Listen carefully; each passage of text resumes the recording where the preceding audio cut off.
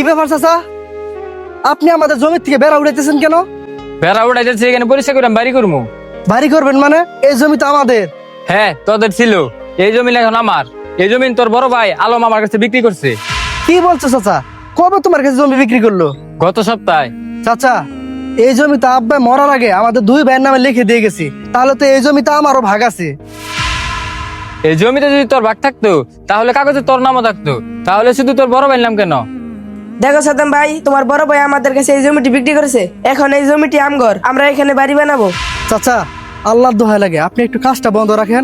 আমি আমার বড় ভাইয়ের সাথে একটু বোঝাপড়া করি, তারপর আপনি কাজ করেন। কাজ বন্ধ হবো মানে? এখানে কাজ চলবো। দেখো সাদ্দাম ভাই, তুমি যেতে পারো তোমার বড় ভাইয়ের কাছে বুঝে লোকা, আমরা এখানে কাজ বন্ধ করতে পারবো না।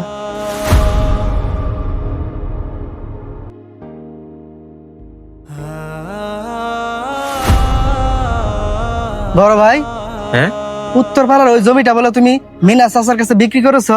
তোর কাছে কারা কইলো? আমি দেখলাম মিনা চাচা তার ছেলের জন্য ওইখানে বাড়ি বানাচ্ছে। তো তো মানে ওই জমিতে তো আমারও ভাগ আছে। হুম, ওই জমিতে তো তোর কোনো ভাগ ঠাক নাই। ওই জমির দলিলের মধ্যে আমার নাম লেখা, তাই ওই জমি আমার। ভাই, আপনি এসব কি বলতেছেন? যা সত্যি তাই বলছি। তাহলে কাগজ দেখান। জমি মিনহাজ চাচার কাছে বেচে দিছি, জমির কাগজপত্র দিয়ে দিছি। ভাই, আপনি এইভাবে আমার হকটা মাইরা দিলেন। দেখ, হক টক আমি অত কিছু বুঝি না। আমি যা করছি তা সঠিকই করছি। তুই যা, এখন আমার চোখের সামনে থেকে সর। এই ব্যাপারে আর একটা কথা তুই আমার সাথে বলবি না। যা যা, এখান থেকে যা।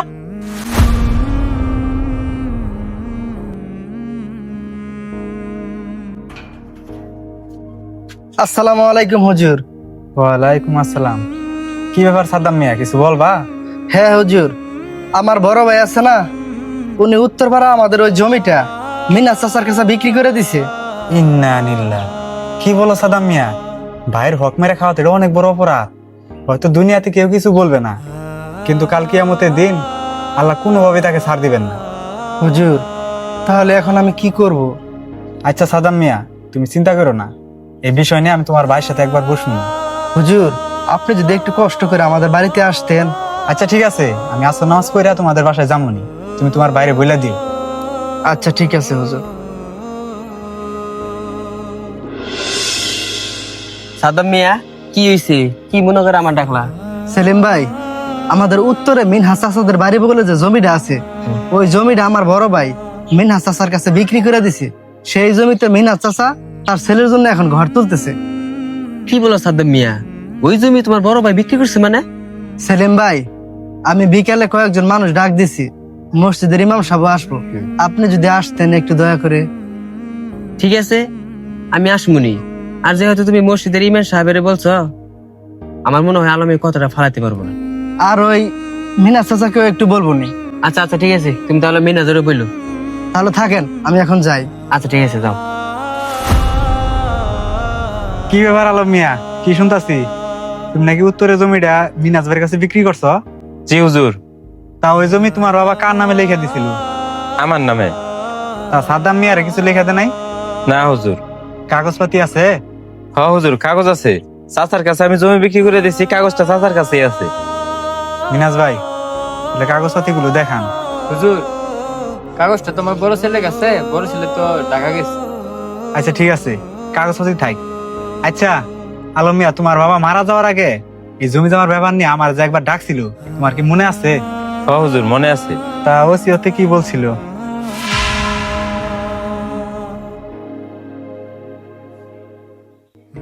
আচ্ছা ঠিক আছে, আমি বলতেছি, শোনো আলম মিয়া, তোমার বাবা মারা যাওয়ার আগে তোমার বাবা বই লাগেছিল তোমার বাবার যত সয় সম্পত্তি আছে সবকিছু তোমার দুই ভাইয়ের নামে সমানভাবে ভাগ করে দিব। ওই জায়গায় আমি এবং সেলিম ভাই দুইজনে উপস্থিত ছিলাম। বলো তো, একথা বলছিল কিনা? জি হুজুর, বলছিল। আর তাহলে তুমি কেমনে বলতাছো যে ওই জমি তোমার বাবা তোমার নামে একাই লিখে দিছে? হুজুর, আমার আব্বা পরে আমার আলাদাভাবে ডাইকে নিয়া ওই জমিটা আমার নামে লিখে দিছিল, কখন? মৃত্যুর কিছুদিন আগে। তখন তোমার আব্বার অবস্থা কেমন ছিল? আব্বা তখন বিছানা থেকে উঠতে পারতো না। আচ্ছা তুমি আমার একটা কথা বলো তো, তোমার আব্বা যেহেতু বিছানা থেকে উঠতে পারতো না, তাহলে সে কিভাবে রেজিস্ট্রি অফিসে গেল? হুজুর, উকিল বাড়ির উপরে নিয়ে আসছিলাম। কে ডেকে আনছিল? হুজুর, জমিন এখন আমি কিনছি, দলিল আমার নামে, এটা নিয়ে কেন এত প্রশ্ন? মিনাজ ভাই, আপনি একটু থামেন। রাসূল সাল্লাল্লাহু আলাইহি সাল্লাম বলে গেছেন, যদি কোনো অসুস্থ ব্যক্তি জমির 1/3 বেশি লেখেন তাহলে ওইটা কোনোভাবে শরীয়তে বৈধ নয়, যদিও বা তার অন্য শরীক রাজি না থাকে। আলম মিয়া, তুমি যদি সত্যি ওই জমির ভাগ একাই পেয়ে থাকো তাহলে বিক্রি করার সময় তুমি তোমার ছোট ভাইকে বললে না কেন? কারণ তুমি জানো ওই জমি তোমার একার নয়। শোনো আলম মিয়া, তুমি দুনিয়ার দলিল বানাইতে পারো, দুনিয়ার লেখক দিয়ে লেখাইতে পারো, কিন্তু আল্লাহর কাছে যে দলিলটা আছে সেটা পরিবর্তন করবে কেমনে?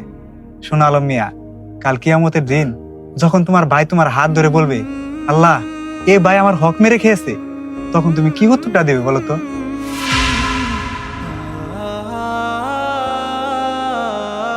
ওই সময়টা কেমন হবে জানো?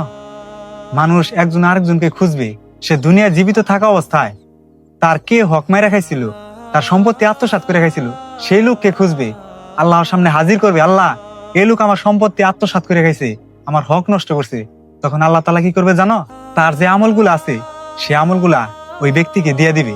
যদি এই আমলের মাধ্যমে সেটা পরিশোধ না হয়, তারপর সেই ব্যক্তির যে গুণাগুলো আছে, দুনিয়ায় জীবিত থাকা অবস্থায় যে গুনাহ করেছিল সেই গুণাগুলো তাকে দিয়ে দেওয়া হবে, এইভাবে পরিপূর্ণ করা হবে। সেজন্য বলি, তুমি যতই আমল করো না কেন, যতই নামাজ, রোজা, হজ, যাকাত এগুলো আদায় করো না কেন, তুমি যদি তোমার ভাইয়ের হক, ভাইয়ের সম্পত্তি আত্মসাৎ করে খাও না, ঠিক তেমনি তোমার বেলায় একই কাজ করা হবে। আলম মিয়া, এবার একটু চিন্তা করে দেখো তো, তুমি ওই সামান্য জমির জন্য তুমি তোমার আখিরাতকে নষ্ট করবে? হুজুর, আমি অনেক বড় ভুল করে ফেলাইছি। আলহামদুলিল্লাহ, আলহামদুলিল্লাহ।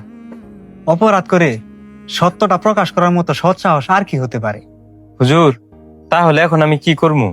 তুমি এক কাজ করো, তুমি তোমার ভাইয়ের কাছে ক্ষমা চাও এবং তোমার বাবা যেভাবে জমির ভাগ করতে বলছিল ঠিক সেইভাবে ভাগ করো। বাইরে, আমি লোভে পড়ে অনেক বড় ভুল করে ফেলাইছি রে ভাই, তুই আমারে ক্ষমা করে দে। মাশাআল্লাহ, মাশাআল্লাহ। এবার তোমরা দুই ভাই মিলা কোলাকুলি করো। ভাই, পারলে ভিডিওটি শেয়ার করে দিন, হয়তো আপনার একটি শেয়ারের মাধ্যমে অন্য ভাইয়ের চোখ খুলে যেতে পারে।